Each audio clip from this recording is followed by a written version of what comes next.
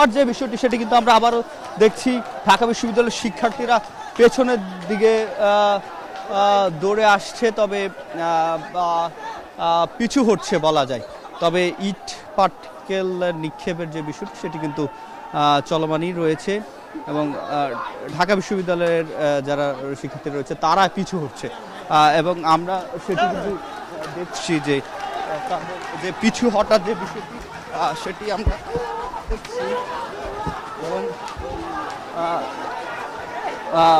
এখানে তাদের যে ইট পাটকেল এবং ছোড়াছড়ি যে বিষয় সেটি কিন্তু রয়েছে এবং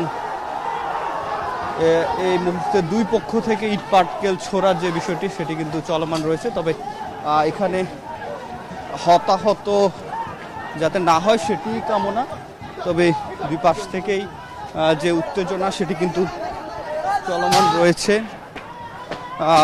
এবং দুই পক্ষ থেকে ইট পাটকেল ছোড়ার যে বিষয়টি সেটি কিন্তু চলছে। তবে এই উত্তেজনা কতক্ষণ চলে সেটি এই মুহূর্তে আসলে বলা মুশকিল যে কতক্ষণ এই উত্তেজনা চলমান থাকে।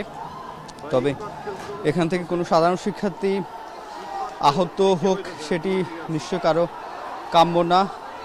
তবে আবারও যে উত্তেজনার পারদ সেটি কিন্তু এই মুহূর্তে চরমে রয়েছে এবং উত্তেজনা কিন্তু একেবারে গণতন্ত্র তোরণের সামনে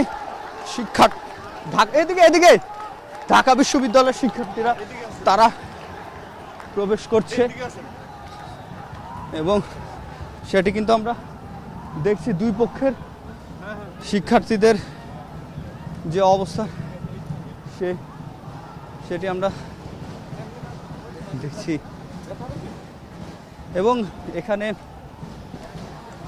সাত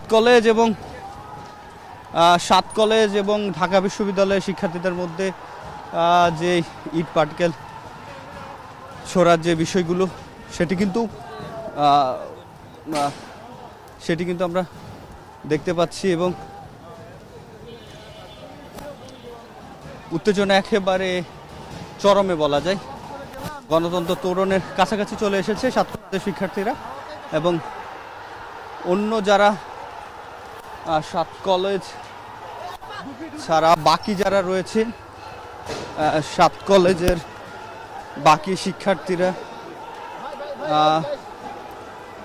তারাও কি একেবারে গণতন্ত্র তোরণের সামনে চলে এসেছে এবং আমরা যেটি দেখছি আমার সহকর্মীকে এখান থেকে দেখানোর চেষ্টা আমরা করছি যে একেবারে গণতন্ত্র তোরণের সামনে শত শত সাত কলেজের শিক্ষার্থীরা গণতন্ত্র তোরণের সামনে চলে এসেছে এবং একেবারে জুম করে একটু কাছে যদি যাওয়া যায় সেটি কিন্তু দেখতে পাচ্ছেন যে গণতন্ত্র তোরণ এখন সাত কলেজের দখলে। সাত কলেজ যত শিক্ষার্থী রয়েছে সকলে কিন্তু লাঠি সোটা হাতে নিয়ে এখানে এসে অবস্থান নিয়েছে এবং তাদের এখনকার যে পরিস্থিতি সেটি কিন্তু বলা যায় যে একেবারে মুখোমুখি যে অবস্থান সে মুখোমুখি অবস্থান কিন্তু দেখা যাচ্ছে এবং ইট পাটকেল নিক্ষেপের যে বিষয়টি সেটি কিন্তু চলমান রয়েছে। দুই পক্ষ থেকে ইট পাটকেল নিক্ষেপ করা হচ্ছে এবং এই পরিস্থিতি কখন ঠান্ডা হয় সেটি আসলে বলা আসলে মুশকিল, কারণ আবার পাল্টা ধাওয়ার বিষয়টি ঘটেছে। সাত কলেজের শিক্ষার্থীরা আবার পিছু হচ্ছে এবং ঢাকা বিশ্ববিদ্যালয়ের শিক্ষার্থীরা এবার সামনের দিকে এগিয়ে যাচ্ছে। ঢাকা বিশ্ববিদ্যালয় আবারও গণতন্ত্র তোরণ দখলে নিয়েছে এবং তাদের যে গণতন্ত্র তোরণ এবার ঢাকা বিশ্ববিদ্যালয় আবারও দখলে নিয়েছে। সাত কলেজ পিছু হটছে, সাত কলেজের শিক্ষার্থীরা পিছু হটে একেবারে বলা যায় নীলক্ষেতের কাছাকাছি চলে গেছে। তো ঢাকা বিশ্ববিদ্যালয় গণতন্ত্র তোরণ সহ এই মোড়টা পুরো জায়গাটা তারা দখলে নিয়েছে, অবস্থান নিচ্ছে। তবে শিক্ষার্থীদের এই যে দাবি দাওয়া নিয়ে দুই পক্ষের মধ্যে যে ইট ছোড়াছড়ি যে বিষয়টি সেটি কিন্তু আমরা দেখছি। কোনো সাধারণ শিক্ষার্থী নিশ্চয়ই এখানে আহত হোক সেটি আমরা কেউ চাইব না, তবে তাদের যে এখনকার যে অবস্থান সেটি কিন্তু আমরা দেখছি এবং আশপাশের যে দোকানপাট সবগুলো কিন্তু বন্ধ রয়েছে এবং এই জায়গা জুড়ে এখন কিন্তু আমরা সেই গাড়ি চলাচলের যে বিষয়টি সেটি কিন্তু দেখতে পাচ্ছেন না। দেখতে পাচ্ছেন যে এখান থেকে ইট পাটকেল নিক্ষেপের যে বিষয়টি সেটি কিন্তু চলমান রয়েছে। আর ঢাকা বিশ্ববিদ্যালয়ের শিক্ষার্থীরা আবার সামনে এগিয়ে গেছে। আমরা এখানে একটা ককটেল বিস্ফোরণের যে বিষয়টি সেটি কিন্তু দেখতে পেয়েছি। ককটেল বিস্ফোরণ হয়েছে মাত্রই, একেবারে বইয়ের দোকানগুলো যেগুলো রয়েছে নীলক্ষেতের বইয়ের দোকানের সামনে ধোঁয়ায় আচ্ছন্ন হয়ে গেছে জায়গাটি, এবং দুই পক্ষ থেকে যে উত্তেজনা সেটি কিন্তু একেবারে চরমে, কোনোভাবেই থামানো যাচ্ছে না বলা যায়, এবং এটি কখন থামবে সেটিও আসলে বলা মুশকিল। ঠিক আমরা নিরাপদ জায়গা থেকেই দেখানোর চেষ্টা করছি, তবে এই যে উত্তেজনা, সেই উত্তেজনা কতক্ষণ লাগে, যেহেতু ঘন্টা খানেক ধরে কিন্তু উত্তেজনা বিরাজমান রয়েছে এবং ঘন্টা খানেক ধরে হাতে ইট পাটকেল এবং যে লাঠি সোটা অর্থাৎ শিক্ষার্থীদের স্টাম্প ব্যাট অর্থাৎ হাতে যা কিছু হাতের মধ্যে নেওয়া যায় ছোটোখাটো সেগুলো কিন্তু তারা নিয়েই বলা যায় দুই মুখোমুখি অবস্থান নিয়েছে এবং শত শত থেকে হাজার শিক্ষার্থী ইতিমধ্যে জড়ো হয়ে গেছে আমরা দেখছি। এবার ঢাকা বিশ্ববিদ্যালয়ের শিক্ষার্থীরা একেবারে পুরো জায়গাটি আবারও দখলে নিয়েছে, পাল্টা ধাওয়া দিয়ে 7 কলেজের শিক্ষার্থীদেরকে এই পাশ থেকে বিদায় নিয়েছে বলা যায়, এবং যে উত্তেজনা সেটি আরও বাড়ছে এবং ইট পাটকেলের যে ছড়াছড়ি সেটি কিন্তু আরও বাড়ছে। ইট পাটকেল রাস্তা জুড়ে আশপাশে যে ড্রেনেজ থেকে শুরু করে আশপাশে যে, এবং আমরা পুলিশের যে অবস্থান সেটি কিন্তু দেখতে পাচ্ছি, পুলিশের সংখ্যা বাড়ানো হয়েছে এখানে এবং শত শত, আমরা সামনের দিকে একটু এগিয়ে যেতে চাই, দেখা যাচ্ছে এখানে পুলিশের যে অবস্থান সেটি কিন্তু বাড়ানো হচ্ছে এবং অনেকগুলো শিক্ষার্থীরা যারা অভিযোগ করছে যে কেন ইট পাটকেল মারা হচ্ছে, এবং আমরা পুলিশ দেখছি যে পুলিশ কিন্তু সামনের দিকে পুলিশের একটি বড় বহর আমরা দেখতে পাচ্ছি যে তারা একেবারে প্রস্তুতি নিয়েই নীলক্ষেত নিউ মার্কেটের দিকে যাচ্ছে এবং যে পুলিশের যে অবস্থান সেটি কিন্তু অনেক সদস্য বাড়ানো হয়েছে। পুলিশের সদস্য একবারে যদি দেখানো যায় যে পুলিশের একটু দেখানোর চেষ্টা করব আমরা যে পুলিশের যে বহর সেটি কিন্তু সামনের দিকে যাচ্ছে এবং এই মুহূর্তে বলা যায় পুলিশের যে সদস্য সংখ্যা সেটি কিন্তু বাড়ানো হয়েছে এবং এই যে রাস্তায় ইট পাটকেলের যে ছড়াছড়ি সেটি কিন্তু দেখা যাচ্ছে দুই পক্ষ থেকে, যেহেতু ইট পাটকেল ছোড়া হয়েছে সেক্ষেত্রে সেটি আমরা দেখতে পাচ্ছি এবং পুলিশের সদস্যরা তাদের যাতে আইন শৃঙ্খলা পরিস্থিতি যাতে স্বাভাবিক রাখা যায় সেটি কিন্তু তারা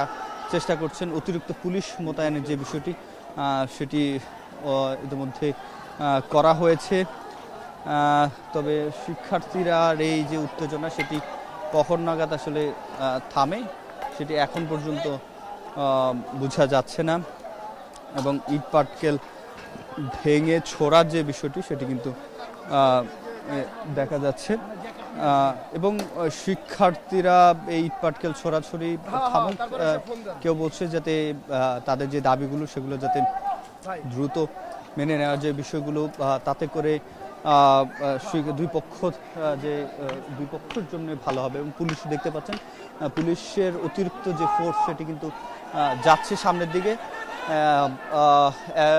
নিউ মার্কেটের নীলক্ষেতে যে বইয়ের দোকানগুলো রয়েছে সেখানে সেই জায়গাটিতে ঢাকা বিশ্ববিদ্যালয় এবং আইনশৃঙ্খলা বাহিনী পুলিশের একটি বড় অবস্থান আমরা দেখতে পাচ্ছি এবং অন্য 7 কলেজের যে শিক্ষার্থীরা তারা কিন্তু ঢাকা কলেজ এবং ইডেন কলেজ এই জায়গাগুলোতে অবস্থান নিয়েছে এবং পুলিশের পক্ষ থেকে বারবার কিন্তু তাদেরকে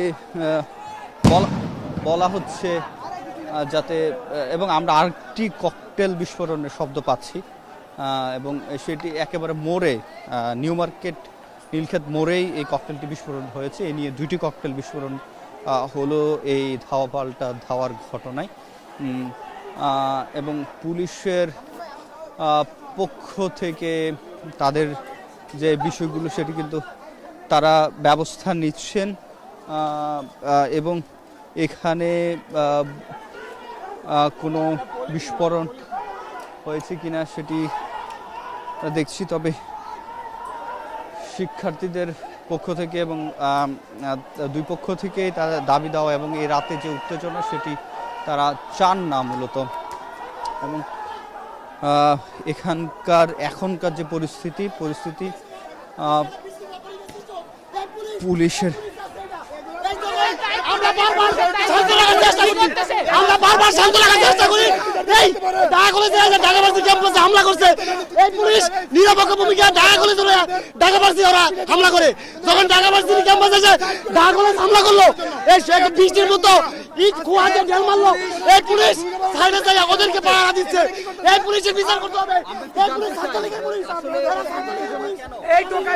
ঘটনার সূত্রপাত আসলে দেখুন, একটি ছোট্ট ঘটনাকে কেন্দ্র করে কিন্তু প্রথমে 7 কলেজের শিক্ষার্থীরা তাদের বিদ্যমান সমস্যা নিয়ে প্রবিসির কাছে যায়। প্রবিসির কাছে গিয়ে তারা তাদের বিভিন্ন সমস্যার কথা বলে। সেখানে আমরা যেটি শুনতে পাচ্ছিলাম যে প্রবিসি তাদের সাথে নাকি খারাপ আচরণ করছে। যাই হোক, তারপরে এক পর্যায়ে 7 কলেজের শিক্ষার্থীরা প্রবিসিকে প্রকাশ্যে ক্ষমা চাইতে বলে সায়েন্স ল্যাব মোড়ে তারা অবরোধ করে সেখানে। তো সেখান থেকে প্রবিসি কোনো ধরনের সদুত্তর না দেওয়ার কারণে তারা কিন্তু এইদিকে অগ্রসর হয়। অর্থাৎ আমার কথা হচ্ছে, এই যে মুক্তি ও গণতন্ত্র তোরণের সামনে আসার আগে আমরা প্রশাসনকে দেখেছিলাম সেখানে, কিন্তু দুই গ্রুপের মুখোমুখি সময়ে প্রশাসনের নীরব ভূমিকার কারণে আজকের এই অনাকাঙ্ক্ষিত ঘটনাটি এখন পর্যন্ত চলমান রয়েছে এবং প্রশাসন কোনো ধরনের পদক্ষেপ নিয়ে দেখুন তারা সাউন্ড গ্রেনেড ছুটতেছে। অর্থাৎ এক পক্ষকে তারা আসলে করে। আমার কথা হচ্ছে তারা এখানে নিউট্রাল ভূমিকা পালন করবে এবং তারা চাবে, তাদের উচিত কিভাবে এই সমস্যাটি সমাধান করা যায় কিংবা বিশ্ববিদ্যালয় সহ এই এরিয়ার কিভাবে নিরাপত্তা নিশ্চিত করা যায়। কিন্তু আমরা দেখি তাদের এই নীরব ভূমিকার কারণে আজকের এই অনাকাঙ্ক্ষিত পরিস্থিতিগুলো সৃষ্টি হয়েছে। কয়েকজন ইতোমধ্যে কিন্তু আহত হয়েছেন। আসলে কি হবে জানি না, আমরা আসলে অসহায়। আসলে সত্যি কথা বলতে আমরা যারা সিনিয়র রয়েছে আমরা চেষ্টা করতেছি যে দুই পক্ষের এই সমস্যাটিকে মূলত সবাই যেন একটু শান্ত থাকে, নীরব থাকে এবং যাতে কোনো অনাকাঙ্ক্ষিত ঘটনা না ঘটে। কিন্তু প্রশাসনের অসহযোগিতার অভাবে আসলে আমরা কোনোভাবে নিয়ন্ত্রণ করতে পারছি না। তারা যেটি বলছে যে প্রশাসন আরেকটু শক্ত